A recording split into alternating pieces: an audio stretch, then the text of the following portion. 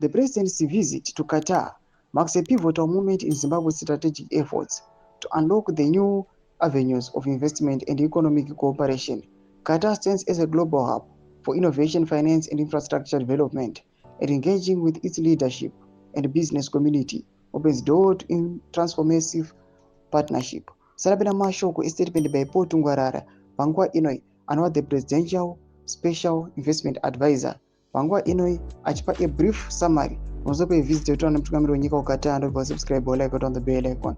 Tipinda anobuda nyora chiti this mission underscores our commitment to diversifying Zimbabwe's investment portfolio and attracting high impact capital into sectors such as energy, agriculture, tourism, and technology. The presidency presence in Doha sends a clear message: Zimbabwe is open for business, and we are ready to collaborate with visionary investors who share our ambition for inclusive and sustainable growth. I am confident that this visit will catalyze long-term opportunities that will benefit our people, strengthen bilateral ties, and position Zimbabwe as a competitive destination for global investment. Ndo mashoko anobuda panguva inoitogwa taurwa panapa naPaul Tungwarara ari kuti aiwa panguva ino the visit inoitwa nemutungamiri wenyika aiwa panapa yakakoshera nyika yeZimbabwe iye achiaddressa se the investment advisor.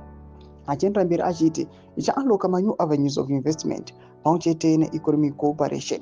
Panguva ino panoonekwa kunzi the same president nemaadvisor ake vari kuonekwa sezvigananda vari kuita aiwa zvinhu zvakashata aiwa behind the president. Panguva ino these are the same people vari kuonekwa kunzi kune nyika dzakaita sana Dubai ndo kuri kurwa madeals avo. Panguva ino vanhu havari kunyatsokuona kuti nyika yeZimbabwe it is being finished, it is being funneled its state resources. Panguva ino achinoenda aiwa kune maforeigners chavo kungofulfilla maforeign interest. Tudze mafunguro enyu moti kudii pamusoro pechitiko ichi.